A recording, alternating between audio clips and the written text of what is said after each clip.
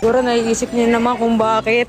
Para din naman sa ikabubuti niya to atong mga apples siya ano. So dapat kung bawal siyang tumawa, dapat pagbukas mo na yun ng pinto, galit ako. Feeling ko kasi pag nakikita pa lang yung mukha ko, nakakatawa na siya. So paano?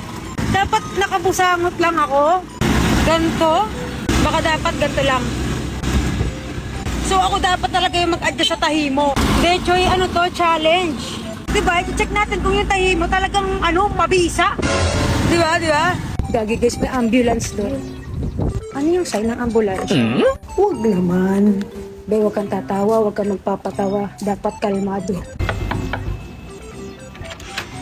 Walang yelo po. Choy, Walang yelo. papasok!